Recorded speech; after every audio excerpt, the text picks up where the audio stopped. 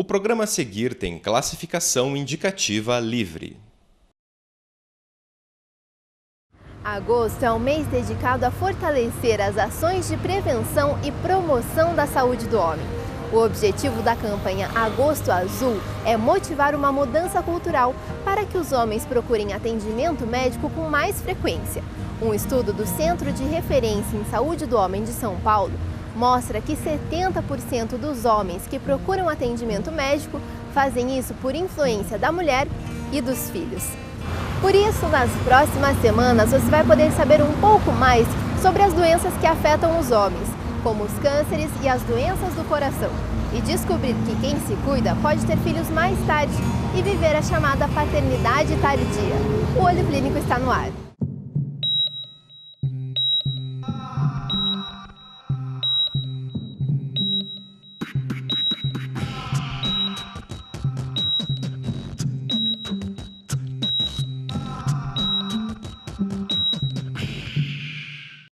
Pulmão, estômago, mama, próstata, cólon, fígado, esôfago e pâncreas.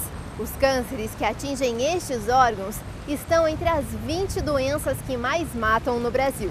É um questionamento que as pessoas têm, mas como toda pessoa conhece algum amigo, algum parente com câncer, né? Mas parece que está aumentando tanto. O que a gente supõe é que está se fazendo mais diagnóstico, né? Então, se fazendo mais diagnóstico, as pessoas estão conhecendo o que tem, estão tratando mais, e porque sempre ocorreu, mas as pessoas às vezes morriam e nem sabiam por que estava acontecendo. Claro que provavelmente a alimentação, o tabagismo, tudo isso influencia no aumento dos casos de câncer. Mas o que a gente conclui provavelmente é que seja o diagnóstico que está se fazendo mais hoje do que era no passado. Mas afinal, o que é o câncer? Então, o câncer é uma doença de crescimento descontrolado, assim. Então, todas as pessoas normais têm genes normais que controlam o crescimento das células, né? Toda célula tem que crescer e morrer. No câncer, elas começam a crescer e não morrem, né? Então, esse crescimento descontrolado ele vai formar um tumor maligno, né? Nos cânceres chamados benignos, a divisão desenfreada das células não invade outros órgãos e tecidos. O que acontece com os tumores malignos, que podem se espalhar pelo corpo todo e fazer a chamada metástase. Porque cada vez mais que a gente está estudando câncer, a gente vê que não foi uma célula lá, até hoje, não se descobriu uma célula que começou lá no início que desenvolveu tudo. Então, são mutações durante toda a vida da pessoa. Então, na hora que você descobre um câncer, você vê que tem vários genes e várias mutações envolvidas. O câncer que mais atinge os homens é o câncer de próstata. Por volta de 20% dos homens vão ter um câncer de próstata. A maioria dos pacientes com câncer de próstata, ele está relacionado principalmente com a idade, né? Então, muitos pacientes hoje chegam a falecer por cardiopatias e nem sabem que tem câncer de próstata e não morre pelo câncer, porque só 3% dos pacientes com câncer de próstata vão morrer pelo câncer de próstata, que é uma doença indolente. A próstata é responsável pela liquefação ou diluição do sêmen do homem, para que o líquido consiga atingir o útero da mulher e realizar a fertilização. Quando o indivíduo tem câncer, ele normalmente vai depender do tamanho que esse câncer está ocupando na próstata. Se for muito grande, ele vai prejudicar essa composição desse líquido, a diminuição da produção desse líquido. Se for pequeno ainda, em fases iniciais do câncer, habitualmente não há qualquer significado maior sobre a produção de suas substâncias em relação ao sêmen. O câncer de próstata assusta muito os homens, mas não porque mata muita gente, e sim porque para diagnosticar o problema é preciso vencer alguns preconceitos. O diagnóstico pode ser feito de duas formas. A primeira delas é com um simples exame de sangue. O diagnóstico do câncer de próstata ele é feito através da dosagem de uma substância chamada PSA, ou seja, antígeno prostático específico. Uma dosagem que é feita no sangue. Se essa substância estiver aumentada, pode ser câncer de próstata e pode ser outras causas que não o câncer de próstata. Até o próprio crescimento benigno da próstata pode aumentar o PSA, assim como infecções da próstata, cálculos dentro da próstata ou outras situações. O problema maior para os homens é com o exame de toque retal. A segunda e importantíssima forma de diagnóstico, que deve ser feita junto com o PSA, é o toque retal, ou seja, o toque digital, o toque com o dedo. O médico faz a palpação da próstata em busca de áreas endurecidas, de nódulos, regiões que são suspeitas de que possa ser câncer de próstata. Os dois exames realizados juntos aumentam a chance de detectar um tumor na próstata. Sérgio descobriu 2 nódulos pequenos quando fazia um dos seus exames regulares. Exame regularmente. Todo ano? Como que é? Não, de 6 em 6 meses, né? Sente um pouco receoso nesse tipo de exame, né? Porque pela primeira vez. Depois na minha opinião, que se torna normal, que eu acho que é uma necessidade que todo homem, depois dos 40, faça pelo menos esse exame de 6 em 6 meses, né? O contador, hoje com 64 anos, conta que levou um susto quando descobriu o câncer. A gente sente, né, leva um choque, né, na verdade, porque é uma doença assim que ela preocupa, né? Mas depois do passagem aí a gente vai se acostumando, né? Mas como a doença estava no início, o tratamento foi rápido. Foi feito tratamento até executados os exames, né? E feita a cirurgia em novembro. Foi retirado totalmente a próstata, né? Não foi feito tipo de raspagem, nada. Foi retirada totalmente. O câncer de próstata tem cura e o tratamento depende do estágio em que o problema se encontra. Numa fase inicial, que ainda existe um tumor pequenininho, um tumor que não está ocupando toda a próstata, ele pode ser retirado toda a próstata, ou seja, através da cirurgia, ou ser submetido à radioterapia, em função do tipo de célula que está sendo acometida, o tipo de agressividade dessas células. Então, existem escalas de agressividade e outros fatores também que são julgados no momento da escolha da melhor terapia para o paciente. A retirada da próstata é outro fator que assusta muito os homens. Ela tem uma maior incidência, uma incidência relativamente não tão alta, mas importante, ao redor de 40%, 50%, às vezes 60%, 70% até, de ocorrer a disfunção erétil, disfunção sexual, né, do ponto de vista da ereção peniana, e também a perda de urina, mas uma taxa bem menor. Alguns pacientes apresentam perda de urina, porque se é retirada a próstata, tem que fazer uma nova sutura entre a bexiga e a uretra. Então, no início, no pós-operatório, é comum esses indivíduos perderem urina e, com o tempo, eles vão reeducando o ato miccional e conseguem, a gente chama de continência urinária, né? Ele consegue controlar a micção. Em poucos casos, a perda de micção vai ser definitiva e existem remédios para regularizar essa situação. Mas o que preocupa a maioria dos pacientes é a perda da capacidade de ereção. E o mais importante é que eles se preocupam muito com a ereção.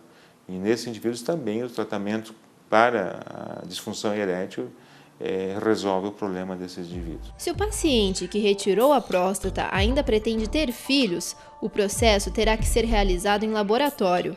Quando se faz a retirada da próstata, ele não vai ter mais o líquido seminal. Ou seja, ele ainda continua tendo orgasmo, tendo prazer, mas não vai mais ter a saída do sêmen. Apenas aquela fase de lubrificação inicial do ato sexual. Sérgio não pretende ter mais filhos e garante que depois de tirar a próstata tem vida normal. A minha vida é normal, tranquila. Hoje minha vida é normal. Continuo fazendo os exames periodicamente, né? De acordo com o médico marca. E estou levando a vida assim normal, sem problema nenhum. Mas se o tumor não está no início, como era o caso de Sérgio, o tratamento é diferente. Já em fases mais avançadas, se recorre, às vezes, ao bloqueio hormonal ou, muitas vezes, à quimioterapia já em fases mais avançadas ainda. Então, aí as chances de cura são menores e, portanto, o paciente perdeu a chance de cura nas fases iniciais. Se o câncer de próstata não é tratado, ele pode se espalhar pelo corpo, como pode acontecer com qualquer tipo de câncer, e levar o paciente a óbito. Alguns homens confundem a doença com o crescimento benigno da próstata, mas o urologista explica a diferença. O câncer de próstata, ele não tem relação com o crescimento benigno. O crescimento benigno de próstata, que a gente chama de hiperplasia prostática benigna, é como se fosse imaginar uma laranja em que os gomos representam essa parte benigna, essa parte que cresce, que aumenta. E esse crescimento se faz geralmente para dentro da uretra, no sentido da uretra, causando dificuldade para urinar, aumento do número de micções, etc. Então, esses sintomas geralmente são decorrentes de crescimento benigno, diferentemente do que é o câncer de próstata, que ocorre geralmente na parte periférica da próstata, como se fosse uma laranja, na casca da laranja. Então ainda não consegue comprimir a uretra nas fases iniciais e, portanto, não tem sintomas. Existem fatores de risco para a doença, como o histórico do câncer na família, a obesidade ou a falta de cuidado com a alimentação e as pessoas negras. Se o homem se encaixa em algum desses fatores, os exames devem ser iniciados o quanto antes, por volta dos 40 anos. Mas alguns médicos indicam os exames a partir dos 50, já que a idade também é um fator de risco. O grande objetivo e a grande mensagem é o diagnóstico precoce, ou seja, a detecção precoce do câncer de próstata, em estágios totalmente sem sintomas, e que o homem deve vencer a barreira psicológica de que o toque retal é coisa feia ou coisa preocupante. Pelo contrário, hoje o homem, graças a Deus, ele está fazendo o que todas as mulheres estão fazendo, preocupadas com câncer de colo de útero, com câncer de mama. Os homens estão realmente comparecendo, fazendo o seu diagnóstico precoce, eles estão fazendo aquilo que deve ser feito, ou seja, dosarem a substância chamada PSA no sangue, e estão fazendo toque retal. Ambos são necessários, ambos são muito importantes para que se faça o diagnóstico precoce e com isso se consiga a cura, a verdadeira cura do câncer de próstata para esses homens. Se os homens tivessem uma conduta que é entender que é uma visão muito de prevenção primária, eu estou indo ao médico não esperando que eu tenha sintomas para ter que fazer um tratamento ou uma cirurgia, eu estou indo ao médico para ver se está tudo bem comigo. Então não se trata de um ataque à sua masculinidade, porque ela não vai ser prejudicada com esse exame, mas ao contrário, é uma visão muito importante de prevenção da sua própria saúde e à medida em que seja encontrado alguma anomalia, a pessoa vai passar por orientações, se for o caso vai se submeter a algum tipo de procedimento, mas a possibilidade de fazer isso num tempo curto acarreta em que se houver necessidade de um tratamento, de uma intervenção, a possibilidade de sucesso ela é bem maior. Então perder tempo pode ser muito danoso para os homens nesse caso. O senhor faz exames com frequência? Eu faço, tranquilo. Quais são os exames que o senhor costuma fazer? Quase tudo. O senhor faz exame com frequência? Faço. Faz. Exame de sangue e faço o total dos exames aquela bateria de exame todo ano. Exame da próstata, uma vez por ano. E entre esses exames, um dos que é mais complicado dos homens quererem fazer seria o exame do câncer de próstata. O senhor faz? Faço, todo ano, uma vez. O que o senhor falaria assim, para essas pessoas que estão preocupadas, como o senhor já faz e tal? Eu gostaria que procurar a saúde. Saúde é o melhor do mundo. E se o senhor tivesse que fazer, o senhor faria numa boa? Ah, faria. Já que se eu faço o de sangue, faria o outro também, né? O que o senhor falaria para essas pessoas que estão evitando de fazer, que estão deixando passar o bonde, vamos dizer assim? Que deixe de preconceito na hora que foi, porque depois que está com a doença não adianta, né? Prevenção sempre é bom.